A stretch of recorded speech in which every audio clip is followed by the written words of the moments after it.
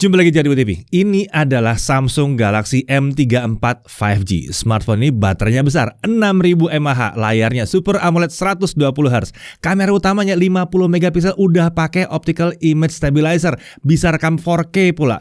Ada kamera ultrawide-nya juga dan SoC-nya kencang untuk multitasking. Dia udah pakai One UI khas Samsung yang fiturnya segudang dan masih banyak lagi kelebihan lainnya. Oke, kita langsung aja mulai review dari smartphone yang satu ini.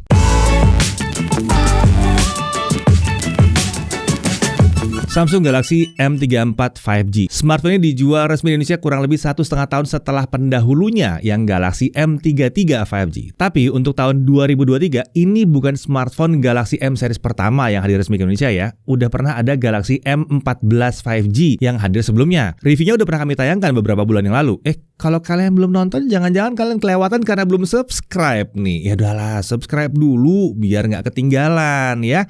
Nah, oke, sekarang kita balik lagi ke Galaxy M34 ini. Kita mulai review dengan lihat isi paket penjualannya. Di dalamnya tentunya ada unit Galaxy M34 5G, lalu ada kabel USB-C, lalu ada dokumen dan ada SIM ejector. Ya, paket penjualan dari smartphone ini memang tidak dilengkapi dengan case dan screen protector, sama seperti kebanyakan smartphone Samsung saat ini. Untuk chargernya memang tidak ada dalam paket penjualan, tapi Samsung menyebutkan kalau mereka akan menyertakan gratis travel adapter 25 watt untuk pembelian smartphone ini selama periode promo tanggal 20 November sampai 5 Desember 2023. Selain itu, ada juga gratis YouTube Premium selama 2 bulan. Jadi, walaupun tidak ada dalam box, kita masih punya kesempatan dapetin charger gratis selama masa promosi.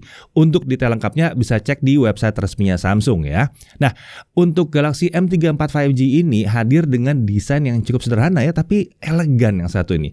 Bagian tepi bodi belakangnya ada sedikit lengkungan yang biasa disebut dengan gaya 2,5D. Sementara frame yang membulat atau curve di sini. Jadi ini bukan serba flat seperti Samsung Galaxy A series yang dirilis awal-awal kemarin ya. Untuk materialnya, bodi belakang dan frame smartphone ini terbuat dari polikarbonat. Nah, untuk dimensinya ini tingginya 161,7 mm, lebar 77,2 mm dan ketebalan 8,8 mm.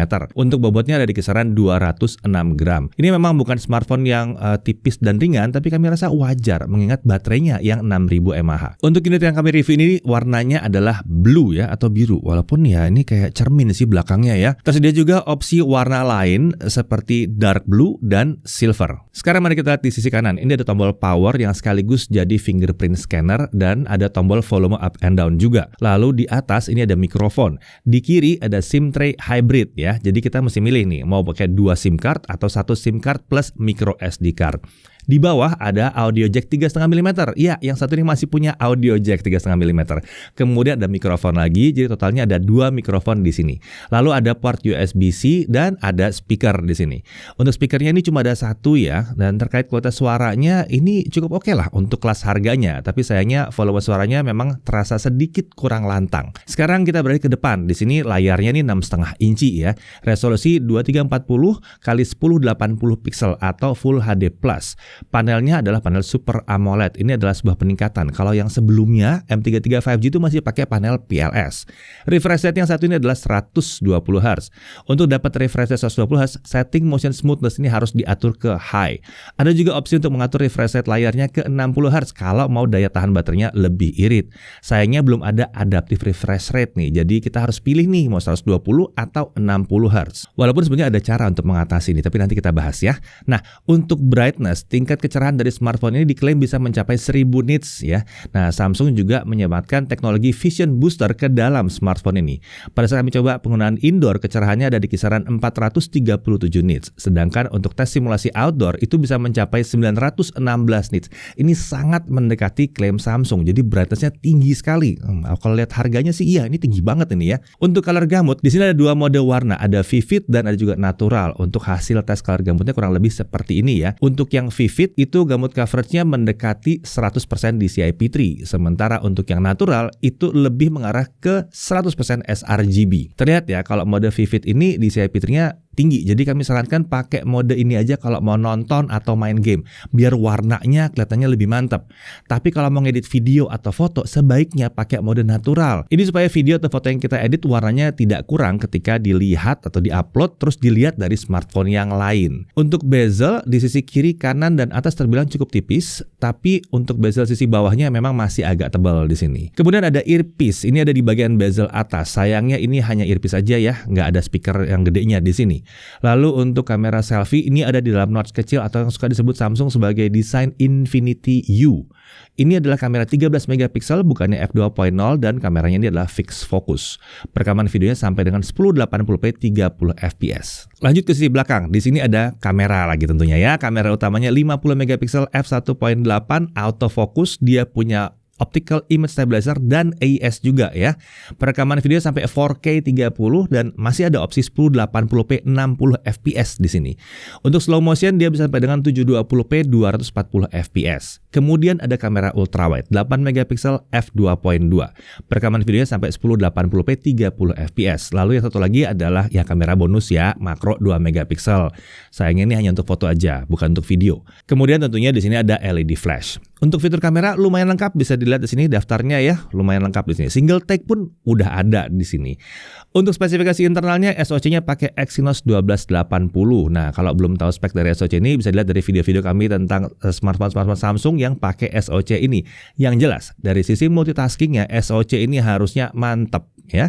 Untuk RAM dia pakai 8 GB LPDDR4X dan ada juga fitur RAM Plus dengan opsi bisa nambahin sampai 8 GB.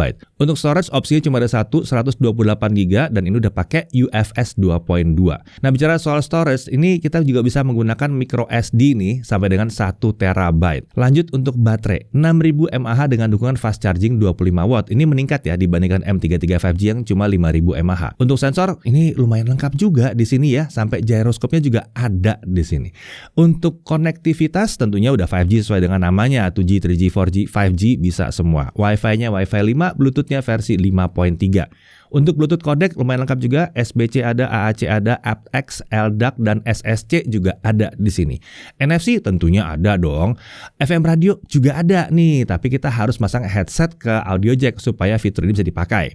Lalu untuk USB OTG tentunya juga bisa. Dari sisi keamanan dia punya fingerprint scanner dan face unlock. Untuk OS dia pakai One UI 5.1 dengan Android 13. Untuk update OS-nya Samsung menjanjikan 4 kali Android update dan 5 tahun security update untuk Galaxy M34 5G ini. Fitur dari One UI-nya sendiri cukup lengkap ya, separate app sound, adapt sound, edge panel, dan lain-lain ada semua di sini. Quick share juga ada di sini kalau kita mau transfer antar perangkat Samsung dengan sangat cepat. Yang nggak kalah menarik di smartphone ini ada fitur rutin, di mana fitur ini bisa digunakan untuk membuat smartphone melakukan sesuatu saat kondisi tertentu terpenuhi. Banyak sekali kondisi yang bisa dijadikan sebagai pemicu smartphone melakukan sesuatu hal tertentu. Contohnya seperti saat membuka suatu aplikasi, saat smartphone terhubung ke Wi-Fi, saat menerima notifikasi, dan lain-lain.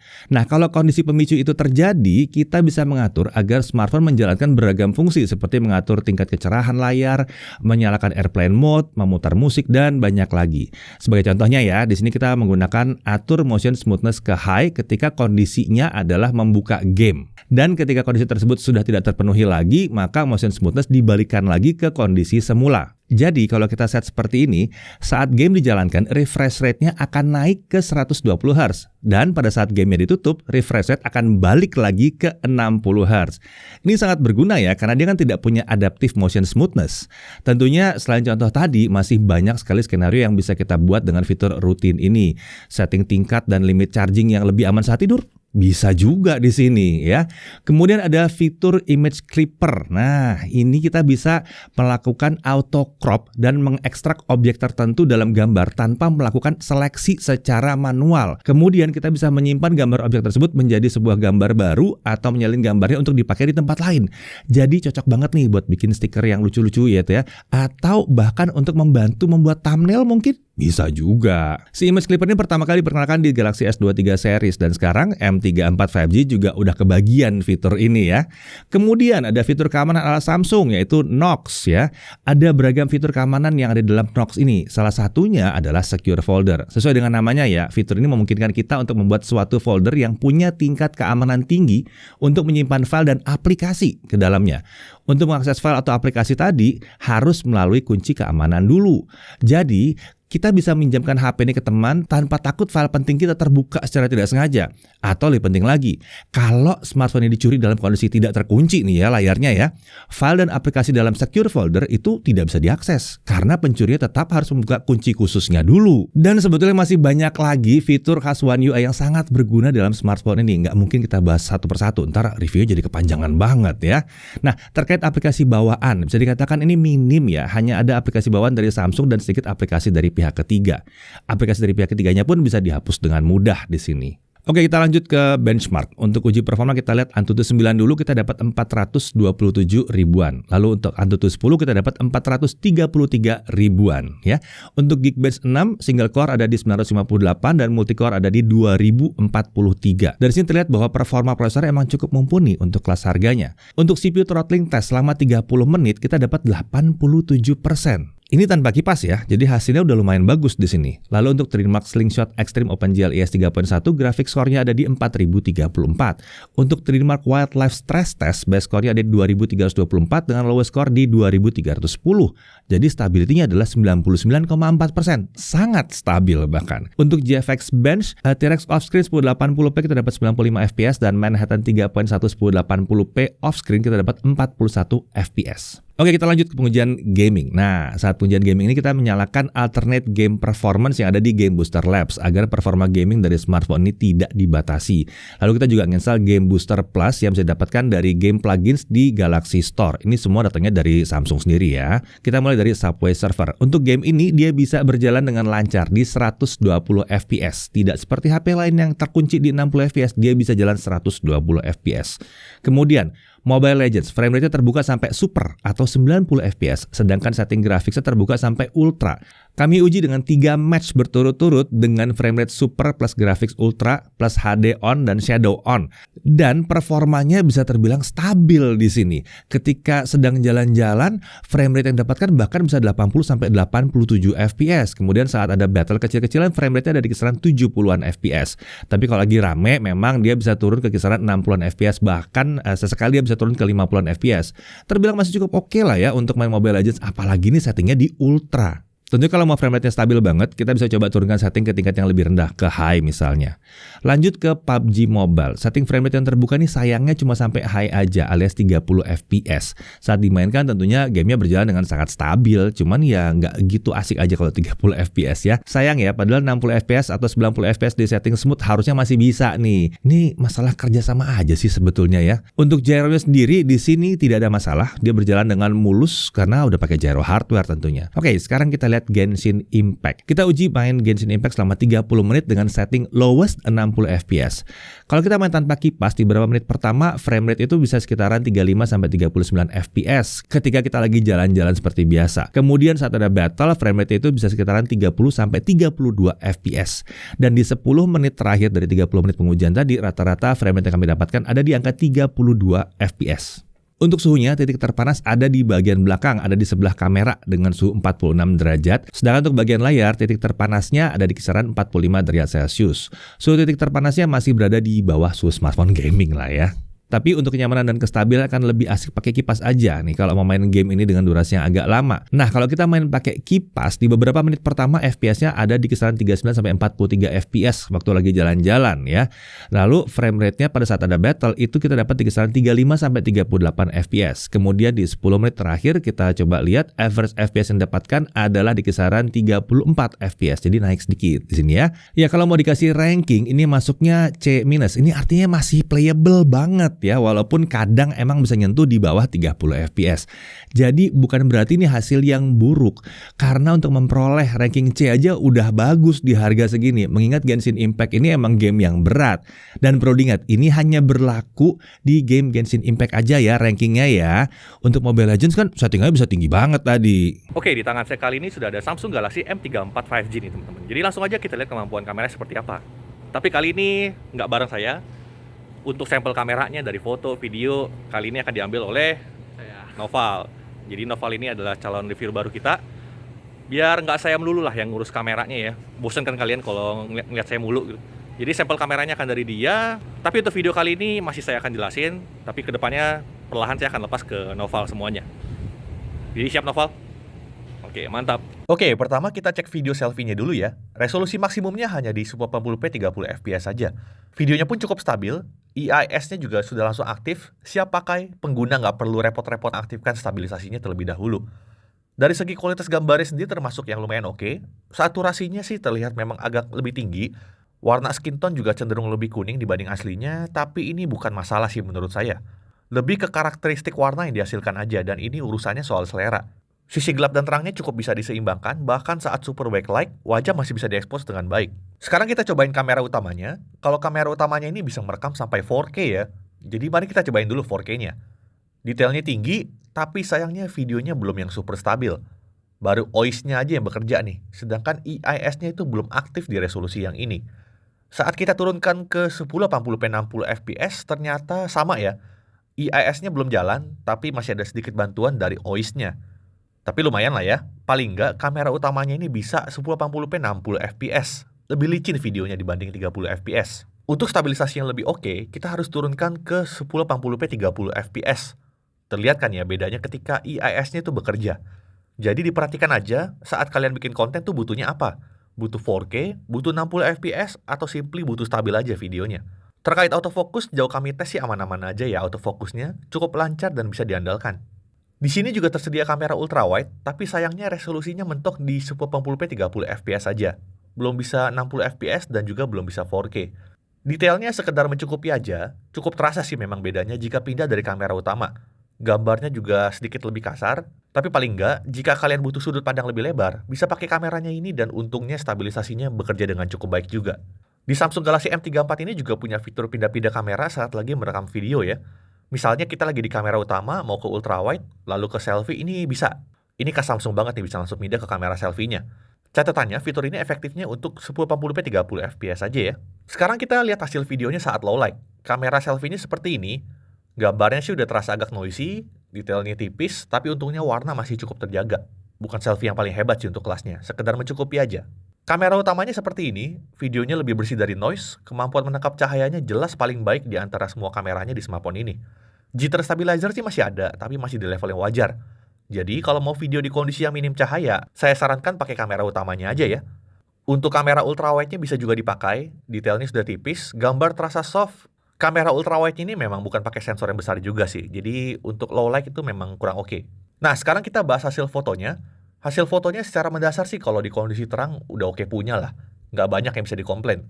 Kamera selfie-nya cakep, kamera ultrawide-nya juga oke, dan untuk hasil foto terbaik jelas harus dari kamera utamanya. Portrait mode juga tersedia dan hasil blur-nya juga cukup rapi. Kalau ngomongin low light, baru kualitas fotonya agak menurun nih. Intinya, kalau saat low light, yang bisa diandalkan itu baru kamera utamanya aja. Untuk fitur ekstra menariknya di sini terdapat Pro Mode untuk foto ataupun video. Terkait info shutter speed dan ISO-nya bisa kalian lihat aja di layar ya. Sedikit catatan, fitur ini baru bisa untuk kamera utamanya aja. Ada juga fitur single take di mana dengan menekan tombol shutter satu kali, kita bisa mendapatkan banyak variasi konten. Lumayan nih, jika ada momen singkat tapi ingin punya banyak dokumentasi. Ada juga fitur slow motion di sini, kualitasnya juga masih lumayan oke, meski resolusinya terbatas di 720p aja. Overall kameranya terbilang cukup oke untuk kelas harganya. Ini mengingatkan saya pada kameranya Samsung Galaxy A33 tahun lalu sih, tapi yang ini lebih baik dan harganya juga lebih murah. Sedikit berharap kemampuan low light-nya bisa lebih baik lagi untuk kamera selfie dan ultrawide-nya. Tapi untungnya, kamera utamanya masih cukup bisa diandalkan. Ditambah lagi, mikrofonnya juga masih khas Samsung banget ini. Kalau soal keterbatasan teknis lainnya jelas ada seperti yang saya sudah bahas tadi. Diperhatikan aja apakah masalah tersebut penting atau enggak buat kalian. Oke, sekian pengujian kameranya Samsung Galaxy M34. Kita lanjut lagi ke pembahasan berikutnya. Ya, lanjut lagi untuk pengujian baterai. Local video playback 1080p. Kita bisa dapat 22 jam 31 menit. Itu kalau setting refresh rate-nya kita taruh di 120 Hz. Nah, kalau kita pakai 60 Hz, kita bisa dapat 26 jam 48 menit, hampir 27 jam. Ini sih awet banget ya. Jadi jelas ya, kalau mau irit ya setting di 60 Hz aja. Bisa pakai triknya rutin tadi. Jadi kalau gaming tetap bisa pakai 120, kalau nggak gaming bisa pakai 60 Hz biar irit baterainya.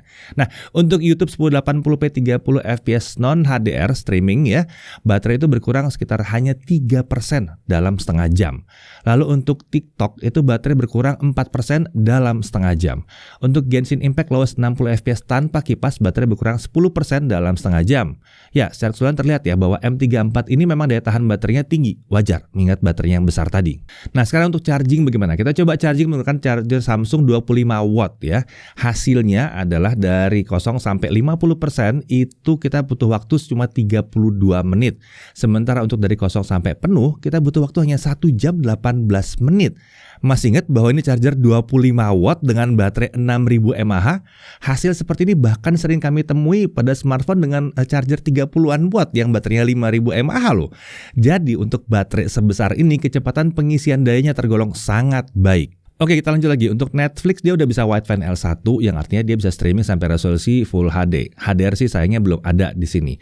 Untuk YouTube dia hanya bisa streaming sampai 1080p 60 dan belum bisa HDR. Tapi ya kalau 1080p 60 cocok lah sama layarnya ya. Lalu untuk haptic feedback getarannya dihasilkan memang cukup kuat, cuma terasa agak sedikit kasar. Masih lumayan lah. Untuk Wi-Fi sharing bisa diaktifkan melalui mobile hotspot. Tapi untuk mengaktifkan fitur ini smartphone-nya harus terpasang SIM card dulu. Kalau nggak ada SIM card, maka dia akan meminta kita untuk masang SIM card dulu. Oke, untuk harga, di sini cuma ada satu varian Galaxy M34 5G yang dijual oleh Samsung Indonesia, yaitu yang 8GB RAM dengan 128GB untuk storage-nya. Harganya ada di kisaran 3.999.000. Dan ya, kita juga bisa mendapatkan charger 25 watt dan YouTube Premium 2 bulan secara gratis untuk pembelian di masa promo 20 November sampai 5 Desember 2023. Tapi buat kalian yang nonton setelah periode tersebut, cek dulu aja promo yang berlaku dari toko-toko online. Siapa tahu masih ada yang bundling charger. Oke, sekarang kita masuk ke hal yang perlu diperhatikan. Pertama, tidak ada adaptive refresh rate. Jadi kita harus pilih mau 120 Hz atau 60 Hz. Ya, tapi bisa diakalin pakai rutin tadi ya. Lalu desain sisi layarnya. Kami berharap nih bisa lebih kekinian sih sebetulnya ya. Meskipun ya memang orang lain sih akan lihat desain belakangnya yang cenderung keren ini dan nggak seperti nyontek brand lain lah ya desain belakangnya. Kemudian isi box penjualannya ini cenderung standar Samsung lah ya. Lalu storage 128GB ini udah cukup oke ya, tapi pastikan ini udah cukup untuk kalian karena slot SIM tray-nya itu hybrid. Jadi kita harus pilih mau pakai 2 nano SIM atau 1 nano SIM pakai micro SD card. Dan memang ini mungkin agak kurang cocok untuk penggemar game yang super berat seperti Genshin Impact yang ingin gamenya jalan di FPS yang tinggi. Lalu kemudian speaker, ini masih mono. Di kelas harganya ini udah mulai banyak yang pakai speaker stereo.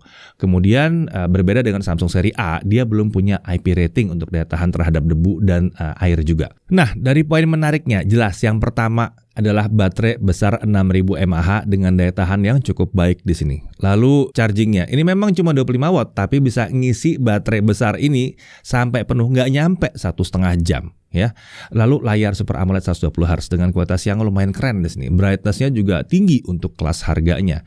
Kemudian kamera utamanya punya OIS dan ada kamera ultrawide. Jadi bukan single kamera ditambah 2 kamera bonus doang ya. Dia punya dukungan 4K 30 dan Full HD 60 di kamera utamanya. Ini jadi lebih mantap lagi. Lalu desain belakangnya ini sederhana tapi elegan. Kemudian dia udah support 5G, ada NFC, bahkan ada radio FM untuk opsi hiburan yang gratis. Sensornya lengkap di sini. Masih ada audio jack. Dan ini penting banget, dia memiliki segudang fitur khas One UI-nya Samsung, membuat smartphone ini bisa melakukan banyak hal yang jarang bisa dilakukan dengan smartphone lain di kelas harganya. Dan ya seperti biasa, minim iklan dan bloatware. Update OS juga panjang sampai 4 kali dan update security sampai 5 tahun. Ya, itu dia ya review dari si Samsung Galaxy M34 5G. Dari performa memang bisa dikatakan relatif mirip lah sama pendahulunya, tapi Samsung tetap memberikan beberapa upgrade di berbagai aspek lainnya seperti layarnya yang udah pakai Super AMOLED dan kameranya udah pakai OIS. Selain itu banyak fitur yang tersedia di sini yang nggak bisa didapetin di tempat lain selain yang pakai One UI. Yang kami suka juga di sini adalah Samsung sudah mengembalikan ciri khas Galaxy seri M, yaitu baterai yang berukuran besar. Ini membuatnya bisa dipakai beraktivitas seharian tanpa harus mengkhawatirkan ngecas mulu gitu ya. Menurut kami smartphone ini cocok untuk yang sering beraktivitas di luar ruangan dan jarang ketemu colokan listrik. Diajak traveling juga asik ya, kan nggak perlu sering-sering cari colokan listrik ya.